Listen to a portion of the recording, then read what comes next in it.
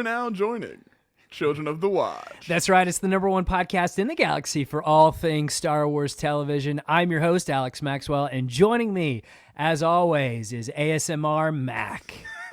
Mac Lacey. Welcome to the Chapter 4 voicemail episode. Big episode this week, so we got tons to talk about. Been really looking forward to hearing, everything that you guys have to say about that. Sorry that this one is a little bit later getting out. We just sometimes need a little flexibility on the weekends, even when the show's coming out and everything like that. So, but we're here and we're doing it now, and I'm very excited to hear what y'all all have to say. Oh, there's some fantastic voicemails. I mean, the theories in this one are going to be insane. So if you like speculation, some might even say irresponsible speculation, just wild theories, then this episode is for you because we've got them. And this is part of the fun of watching Star Wars television, in my opinion, is because once a Star Wars movie comes out, you got 2 years to speculate, and then you kind of burn out on it after a week of I don't know where it's going. And then what I love about TV is every week you've got something of what could happen next, what could happen at the end. And this is what part of the fun is for me. And it's always important to remember too, anytime we're speculating or coming up with fun, wild theories, you got to kind of do it with open hands a little bit of I don't expect this to happen. It shouldn't, they have to do this, but it's just part of the fun, come at it with just fun and a realization of they've already made the show. It's just fun to speculate where they could go with it. Yeah, it's just fun to kind of basically the show week to week is giving you this new set of action figures, and we just like to play with them in between, make our own little stories. It's just, that's all it is. It's just bonus if it ends up being oh, that's exactly what we thought. Yeah. So, can't wait because these episodes are some of my favorite. And then, of course, you can support us by going to the Patreon, patreon.com/TheMandalorianWatch. For $2 a month, you can get access to the bonus voicemail hotline episodes, which we'll be doing right after this. So we'll be doing even more voicemails. And then you've got other bonus content, plus the Discord, which is a lot of fun to interact and engage with people right when the show premieres and be able to talk about it with a really great community. So that is something. But if you can't support us on Patreon, no big deal. That is okay. You can also support us by going to Apple Podcast or Spotify and giving us a 5-star review there, because that goes a long way in helping get the podcast out to everybody else. So that's another awesome way you could support us. Yeah, for sure. And if you're listening on the podcast, we do YouTube as well. So whichever way you prefer to consume our content, both are available. You said doo-doo. All right, let's do a voicemail. Yeah, we should probably play a voicemail. Good day, Children of the Watch. Tom here from Dubbo in Australia. It's a small country town out there. Just a shout out, we love your show. The show has brought our family closer together. We listen on long car drives, my wife and I, with our 8, 6 and 4-year-old boys. So shout out to my wife Vicky and Gordon, Fox and Joseph. Just one thought as to where the show may head or where a threat may come from. I think that the landscape of Mos Espa is going to be coming under a threat. We know that it's a big gorge. It's almost shaped like a bowl, and water has been a massive theme in the show. The last episode even was called The Gathering Storm. It seems like every episode water's been a theme, and as we've gone through the seas of Tatooine, and I think that city may become under threat. Maybe even itself may start filling up with water, just given the fact they're showing us that landscape continually anytime we're in there. That's just a thought, but love the show, and I look forward to journeying through Boba together with you guys. Thanks. Ooh. Yeah. That is how you do it. I love that theory. That is great theory. Thank you for your call. Yeah, for sure. Thanks for sharing that. The whole family listens to the show together. That's really cool to hear. Shout out to your family. like the community we've kind of been able to build. Like we got folks from all over the world. It's just so cool. Yeah. Like Star Wars is just such a cool thing to bring people together, you know? Yeah, absolutely. You know, whether it's a family or, you know, people from across, you know, different continents. So yeah, it's cool. so cool. Yeah, so Mos Espa filling up with water, like almost like I mean, it is shaped like a bowl. Yeah. But like when he said this, like I was like, oh my gosh, that could happen, because like they have made such an emphasis on water being a part of Tatooine's past. Yeah. And how like the Tuscans were there when it was a water planet. Like they were originally part of the planet before it became a huge desert. And like we've speculated before, that the reason that they're wearing the gear that they are is because they had to adapt to survive the new harsh conditions. And probably they don't need that stuff if there's water, right? Yeah. That's at least how it works in my mind. Like we don't know for sure, you know, but just with this show, the extra attention we've gotten on that kind of stuff, to me it seems like they're probably like a different kind of species, and they're having to, you know, wear all that to survive the desert. Yeah, I guess like my biggest question with this is, where would the water come from? Yeah. So I mean, we know that there's water because there's water farmers basically on Moisture Tatooine. farmers, yeah. So like they're sucking the moisture out from under the ground. Gotcha. Deep under the ground. I mean, it's possible that this could come from deep under the ground. You know, like there's something that happens that triggers the water to reemerge and fill that whole area and kind of make it like a lake. Or, I mean, maybe it's transported over. I mean, we had joked, we had listened to this voicemail before. We had joked, like, what if Boba brings in water from Camino just to fill in the bowl? Just like a Star Destroyer filled with water. It's amazing. But like, I could see a scenario where it's like, maybe Boba's goal is like he's going to clear out that area and leave the bad guys in and then fill it with water. It's like almost like a renewal of Tatooine by getting rid of the corruption and literally drowning it. Like, yeah, like washing the slate clean, kind of. yeah. And then like, I mean, obviously he would get all the people out that needed to be out, but I could, because that seems to be the hotbed of criminal activity is right there in that little bowl area of Mos Espa, you know? Yeah. So like he could take it out. Right. It would also be cool, like if the Tuscans were if they were aquatic in nature, Yeah. it'd be awesome because there would be already a city underwater and they could just move in, you know? Oh yeah. Like all the houses just and move buildings right and in. everything are already there. It'd be underwater. I kind of like that. Yeah, that'd be cool. I do think if that were to happen, it would be part of like, okay, this is a master plan where we can get everybody and kind of, you know, take everybody out we need to at one time. So yeah, I don't know. Maybe towards the end of the show, we might revisit. Who knows? I mean, I do think something is going to happen with water at some point. Like, right? Like they've mentioned it way too much for it just to kind of be, oh yeah, we're just building the history of Tatooine. It feels important at this point. Like the writers want us to see, okay, water was a thing on Tatooine. Yeah. Like So particularly like with the water vendor, you know, Boba's interaction there. That was pointed. You know, I feel like that's gonna come around later. Like that interaction was probably foreshadowing of something to come, you know. Yeah, water's an issue. So Yeah. I Cool, don't know. cool. Fantastic voicemail. Thank you again. And he actually sent that in through our email. So like if you're an international listener and you've got some issues calling in, because I know that can be an issue sometimes, you can send us a voicemail to our email, mandalorianwatch@gmail.com. Just keep it under 3 minutes is all that we ask, and we'll try to get you on here. And before we jump into our next voicemail, I want to give a shout out to our patrons, our Mandalore patrons.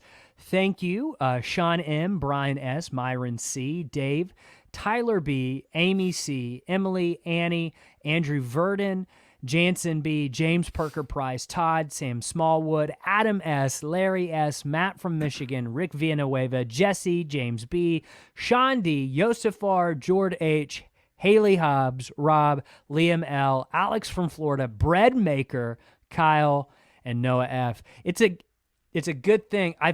Thank you, because I have to keep making these new slides for this, and I want to say thank you for that, because like that is not annoying to do. Thank you for your support, Mandalore patrons. Yeah, for sure. Y'all hold us down. Thanks for everything you do to support us. Yeah. All right, let's do the next voicemail. Hey guys, this is Jake from California. I was just watching your breakdown of episode 3 of the Book of Boba Fett, and I had a theory. So what if the Shadow Collective actually is still functioning with Kira as the leader?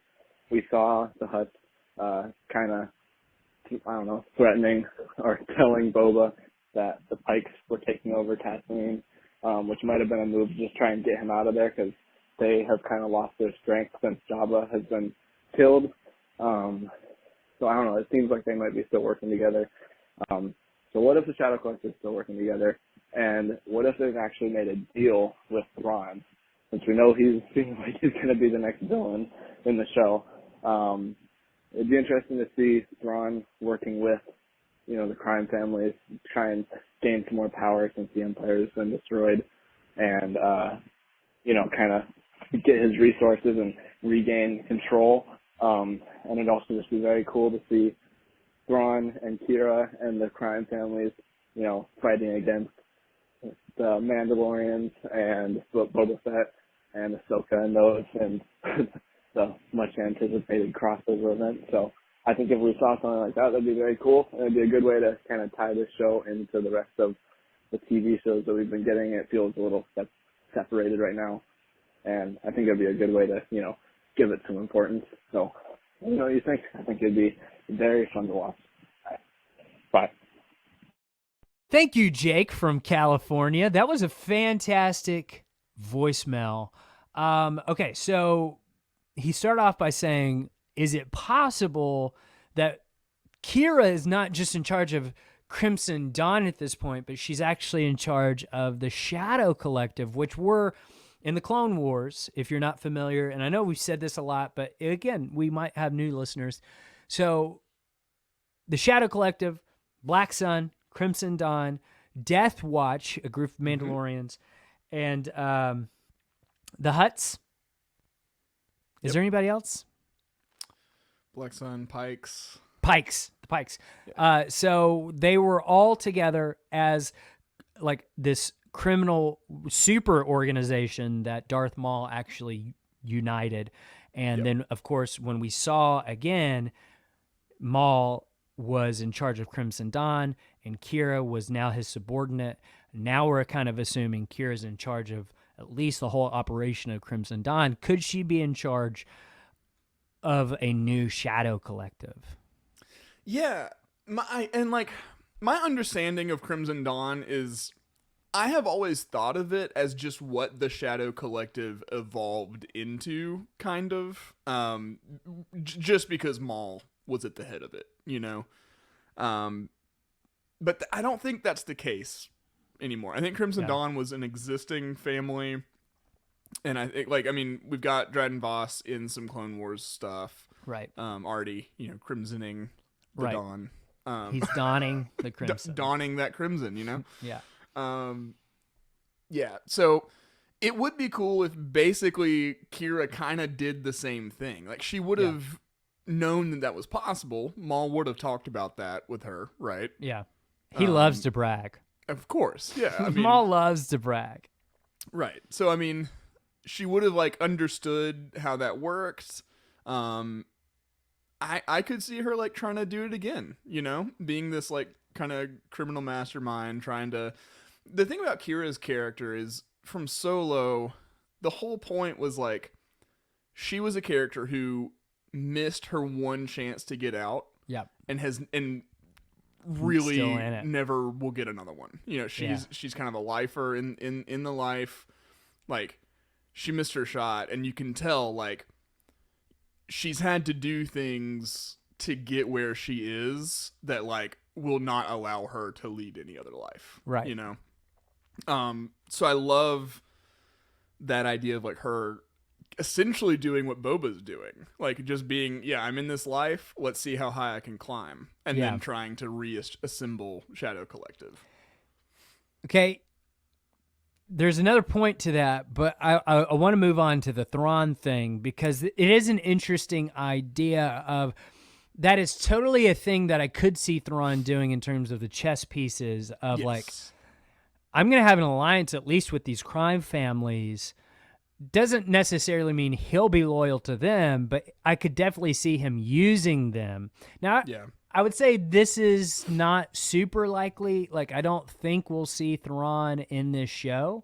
I agree. I think the connection that we're getting is mainly going to be Din showing up, and that's the major connection that we'll have to kind of the New Republic era, I guess is what we can call that, with the Mandalorian and Ahsoka and stuff. But it would be very cool. It would be very cool. Now, here's kind of where I was thinking the other thing. If Shadow Collective is a thing, and we have pretty much everyone there but Crimson Dawn and Black Sun at this point, as far as we know, is it possible? This is kind of hard to think about, but is it possible that some Mandalorians would be on the other side with the bad guys? Yeah. Ooh, interesting. Okay. Yeah. Because, I mean, there's precedent, obviously, with the Mandalorians. Sure. Like a whole faction of Mandalorians became aligned with that exact crime syndicate. Yeah, that's an interesting, a really interesting thought. Like, what if, like, especially, like, maybe our friends from the covert, you know? Because they would have been, like, I could see Paz Vizsla not having anything else to do and then ending up on the other side of the conflict, you know? So there's a good chance, okay, I was thinking about this too, if Thrawn is in charge, I was thinking, would there be any Mandalorians who would fight on that side? Yes, there is, because as we know in Star Wars Rebels, they were basically the Mandalorians, those who were aligned with Maul, switched their allegiance to the Empire when the Empire took over, and they were the last ones who were actually really in charge for the Empire. You know what I'm saying? Like, so that's possible. Yeah. I don't know. We'll see. I mean, we'll see in the next 3 weeks what happens. Yeah. We're running out of time. So yeah. So great phone call. Thank you, Jake from California. Let's do the next one. Sounds good. Hey, Mac and Alex. It's your boy, Rick. I'm going to be a little bit louder this time than last time because I can. But listen, episode, whatever the number was that we just watched. I have a theory that's been kind of running around in my head a little bit. All right. So remember the episode where they had the Nightwind assassin and they threw him down in the Rancor pit and there was what we thought was a little mouse down there? That's a rat. Okay. Now this last episode, we go in the kitchen and they think there's a rat and they bring in a rat catcher.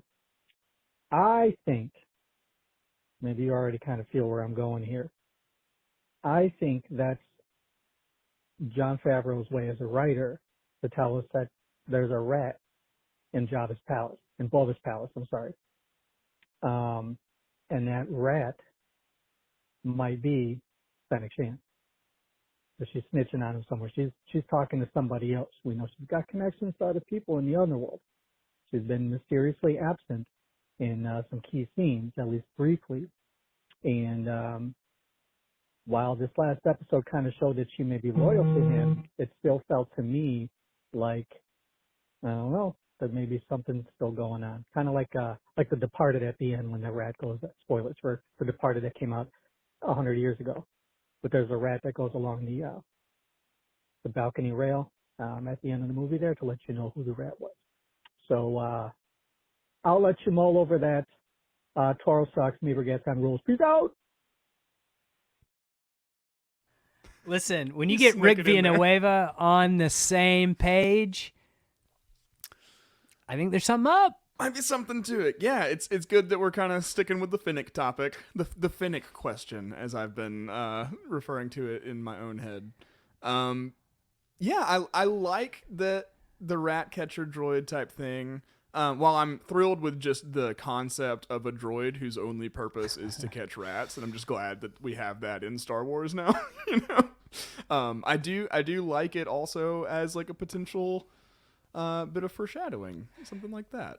I think that makes sense because they did focus on the rat in that episode when the Night Wind Assassin was in the Rancor pit. And then again, we get it brought up kind of like the water thing, right? It's like, now this is a little more subtle than the water thing has been. The water thing has been right in your face every time. The rat thing is a little more subtle, but like, I do think I don't think you tell a story like this about crime lords and like without any sort of betrayal that happens, right?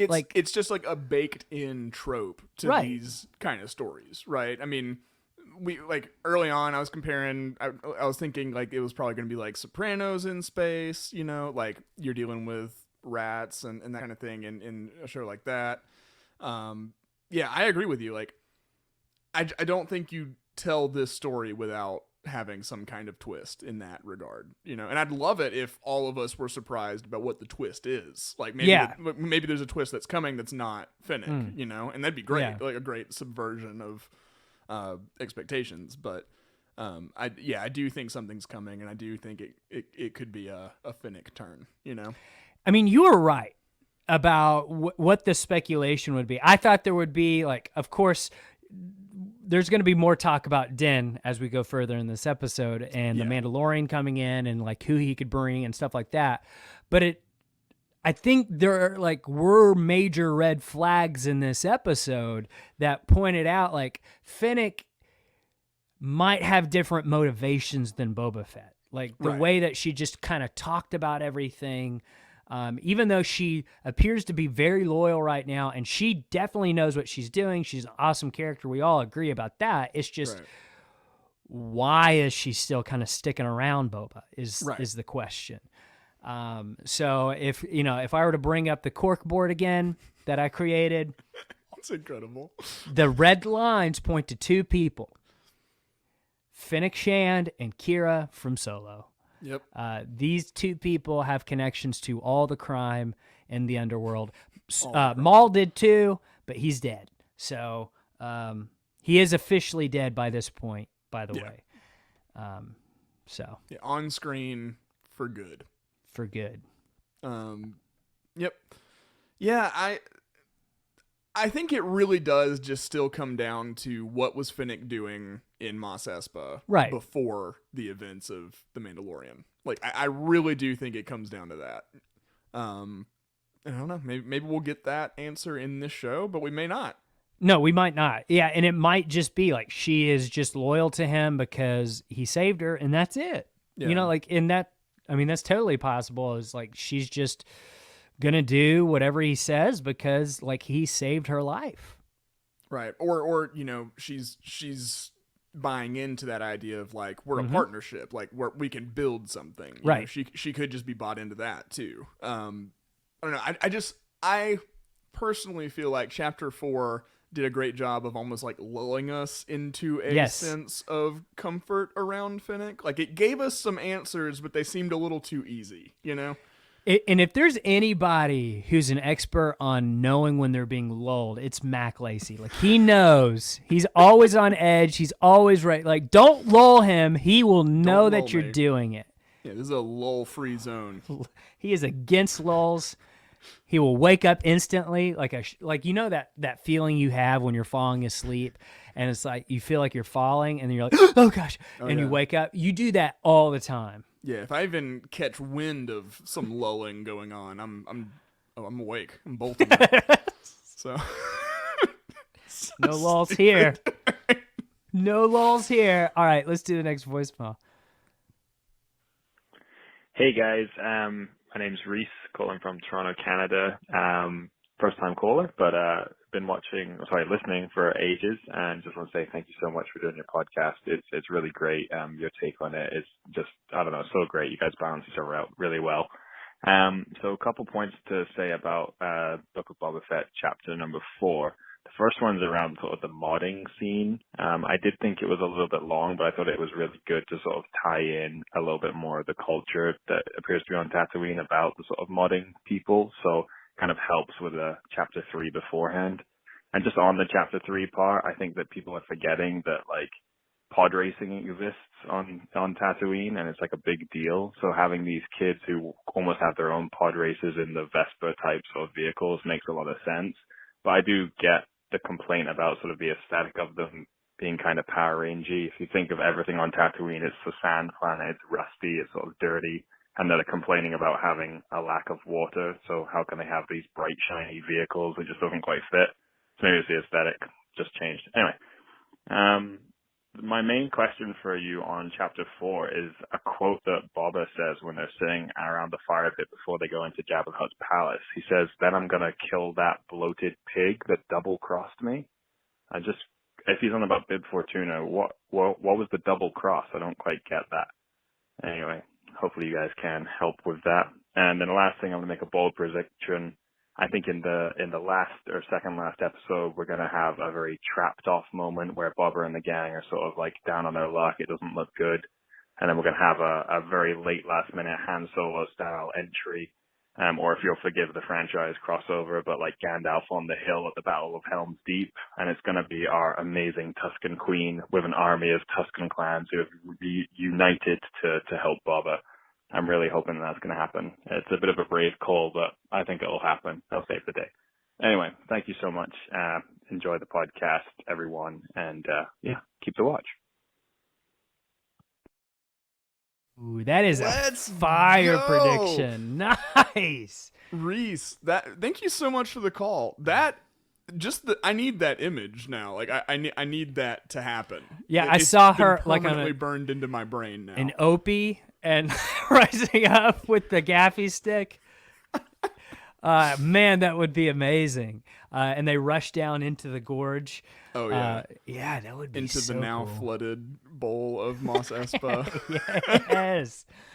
Oh man, I thought he was gonna go the direction of Din, like the Mandalorian, but then the idea of the Tusken Queen with united tribes of Tuskens, that is something that I really hope we see. Yeah, I mean, so the Tusken Queen, like we haven't really, she could have got it out, or she could have gotten out of the village at the time. We haven't like seen her body. I think that would be it would be very cathartic, like for what happened kind of mid season. It'd be great to see that the triumphant return of the Queen, like leading her people to do justice. I feel like that would be like a finale thing, though, if it does happen. Yeah, 100%. I just love that image in my mind of the Tuskens coming to save Tatooine, even though like out of all the people, they probably like have the most excuse not to. You know what I mean? Right. And like, but the fact that they do, that would be so cool. Like, we're better. And like we're gonna do this because we love Tatooine. This is our home. Yeah, that would be really cool. I would like that a lot. And then Reese, your question was a really great question that I've seen being asked a lot. Like, okay, so what did Bib Fortuna? That's who we're assuming he's talking about, the bloated pig who double crossed him. What did he actually do? What did he do to double cross Boba? Yeah, and that's something that I did take note of when I was watching. There was just so much to discuss. We just didn't really get to it, in our breakdown. It's a great question, and it kind of goes back to what I was saying earlier about like is anybody keeping tabs on Boba? Is anyone aware of his situation? That could be kind of pulling some strings to arrange this, like you were saying, like starting a war kind of by pulling strings behind the scenes, right? And like, I don't see Bib as someone who could do anything like that. He just seems like a kind of a bumbling, idiot that just fell into his role, right? Right.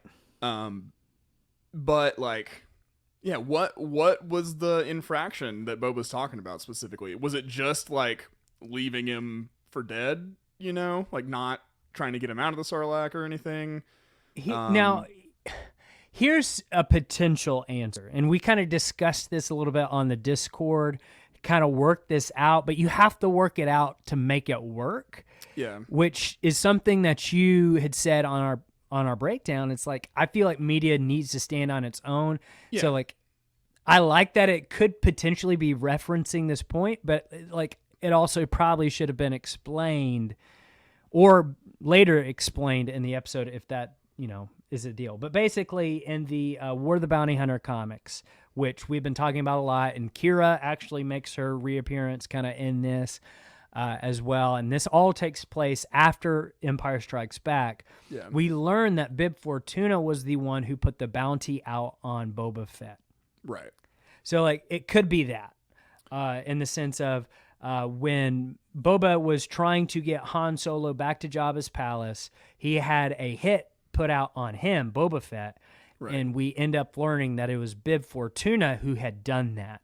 Yeah. And so we could be led to assume that the reason he's so like he's not even gonna let Bib stay alive is he's getting vengeance. And like you said, Mac, like that. This past episode, Chapter 4, he's really settling all the scores that he has to settle in that episode.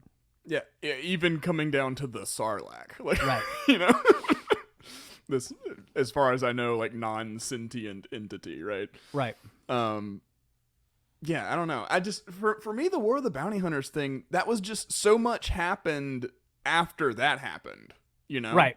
That was like during Empire Strikes Back, Right. basically. So like you have all of that time in between, like To do when something. Boba's, we're led to assume he's just like hanging around the palace, right? Yeah. So like what happened during that time, Right. Yeah. Maybe Bib and Boba have a long history of just not liking each other. Right. And, that's not something that we'll get an answer to. Now I will say, like, I don't feel like we need an answer to everything. Right, of course. Part of the cool part of Star Wars is sometimes just letting your mind fill in the gaps. Mm-hmm. And so, like, I'm okay if we don't get an answer to what that actually is. Yeah. Too. Does that make sense? Yeah. Yeah. That's part of the fun of Star Wars sometimes, is just in your mind doing these types of episodes, and we actually never get the answer, and it can kind of be whatever we want it to be in our mind. Yeah. For sure. So, yeah. Great phone call. Thank you. Yeah, thanks so much. Cool. All right, let's do the next one. Hey guys, love the podcast. I've been with you guys since Mandalorian Watch. Just wanted to get your opinion on a theory I've had for a while about the Armorer, since you guys brought her up again. I'm wondering why the Armory has the logo of the Mythosaur and why the necklace had the logo. I thought it was Boba Fett's signet. So I was wondering if maybe the signet is for the whole Fett family, and I'm wondering if the Armorer is actually Omega. Let me know what you think. I also am wondering if it is Omega, and if she's Mandalorian, that she could be with Crimson Dawn and be on the other side of Boba Fett. Who knows? Goodbye.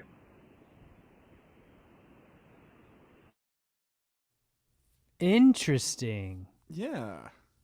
I'm doing some legwork in my brain real fast. Okay, so I'll let you do the legwork and I'll explain the Mythosaur symbol. The Mythosaur symbol is actually the symbol for Mandalorians in general. Like that's a symbol that they can all kind of rally behind.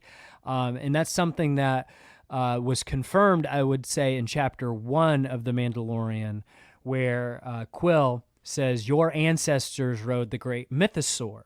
So it's something that Mandalorians are kind of known for in general. So like any Mandalorian can kind of take that as like a banner for all Mandalorians is the mythosaur skull. Now, I'd say Boba's more specific symbol, which is like that wheat symbol on the front of his armor, that's the Journeyman Protector symbol, and that's actually from the old EU, the old canon explained it. That was Jaster Morill's symbol, and he was this guy called a Journeyman Protector in the Mandalorian sector who would go around and basically a lawman, like a lawman Mandalorian, and protecting the frontiers of Mandalore space. And Jaster Morill was like the mentor to Jango Fett. And then, so it's kind of like Boba's grandfather. So that would be more the Fett symbol in my mind, and the mythosaur is more for all of Mandalorians. Yeah, that's a fantastic explanation of that.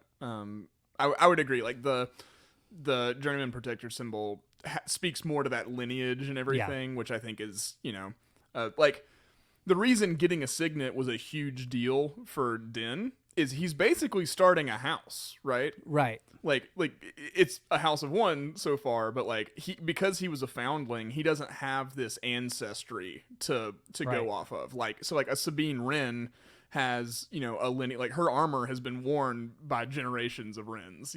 Right. So like it's a huge deal that Din got a signet because that could be the start of the next great Mandalorian house. The Jaren house, or so. Like right. That's, yeah. Yeah. Like I'm from Clan Jaren or whatever. Yeah. So Omega being the armorer. The armorer, I think, is the character at the moment that I want to show up in this show the most. Like, I want Din to bring the armorer into this show just because she's so cool. Yeah. And we don't know much about her, Yeah. So what do you think of her being Omega? I don't think that is the case. I just think, so if you're not familiar with who Omega is, she's from the Bad Batch animated series, and we basically learn this is essentially Boba's sister that he did not know about, neither did Jango. Right. And I would say her life track is different than Boba's in the sense of I don't see her like joining any Mandalorian group or really having anything to do with Mandalorians. If anything, I think she's going to probably end up taking pieces of the Bad Batch's armors and like making herself like an all-in-one Bad Batch specialist when she's older. Like in the sense of like she can do it all. Like she is like a great mercenary probably by the time she's older. But I don't see her like joining the Mandalorian cause. To me, and this is just my speculation, to me it makes sense that the armorer was a Mandalorian from the get-go, and she is steeped in Mandalorian history. I would say there's a good chance she is the one who started the Children of the Watch and broke away from the rest of Mandalorian society. At what point that happened, I'm not sure, but I'm going to guess it was somewhere either during the Clone Wars or right after the Clone Wars when the Maul taking over Mandalore thing happened, because she kind of realized, this is just in my head canon, but it kind of makes sense from what we know about her. She kind of realized to stay Mandalorian, we're losing our way. We've got to go back to the old ways. And so to me, that makes her a little bit older than Din. That makes her a little bit older than Bo-Katan. She's probably, older than what Omega would be.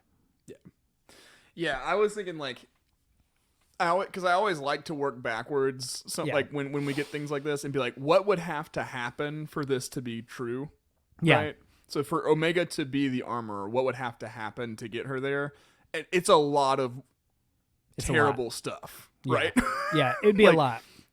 Things would have to go very poorly for a very long time, I feel like, to produce like the armorer from Omega. Yeah. Yeah. Cool. But that's a very interesting thought for sure. Yeah. I don't know. That's been my favorite thing to think about in the past few days since the episodes ended. Like, obviously we love The Mandalorian because that's how we started. Like we started as The Mandalorian Watch when we did season 1 and season 2 of the shows, doing the same sort of breakdowns and stuff. And to me, like, I guess just where I'm at with my Star Wars fandom right now, Din is my favorite Star Wars character.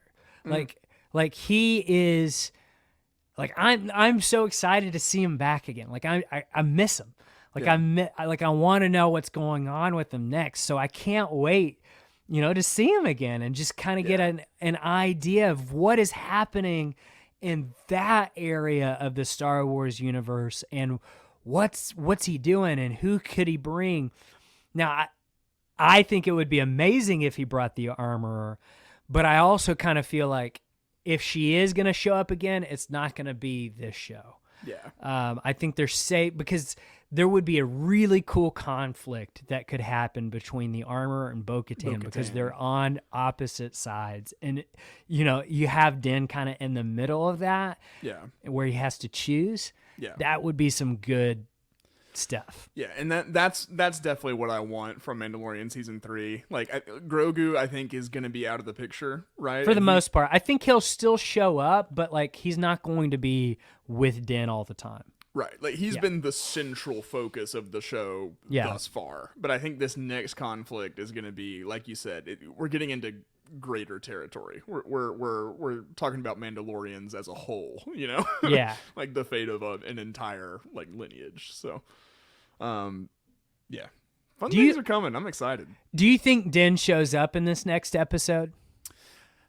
I don't know if it'll be the next episode.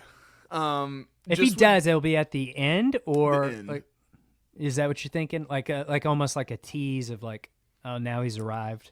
Yeah, if he shows up in the next one, I think that'll be what happens. Then this is just based off of like how they've introduced Ahsoka. Like they mentioned her a couple episodes before we actually got to her, right? Or at least talking about a Jedi, And so I think with the tease of Din's theme, saying we need to find some muscle at the end of the last episode, it makes me think we're probably a couple episodes out. Okay. Okay. That's just my thought. Just based on kind of how it's gone with The Mandalorian. I will say this, and like you can seek this out if you want to. I'm not going to say what it is exactly, but there are a lot of rumors out there of what his new ship is. Yeah. And I love the idea. I'll just say that. I love the idea. In my mind, it's like, heck yeah, that's awesome. Yeah. But it also speaks, I think, that particular ship would speak a lot to where he is in the stage of,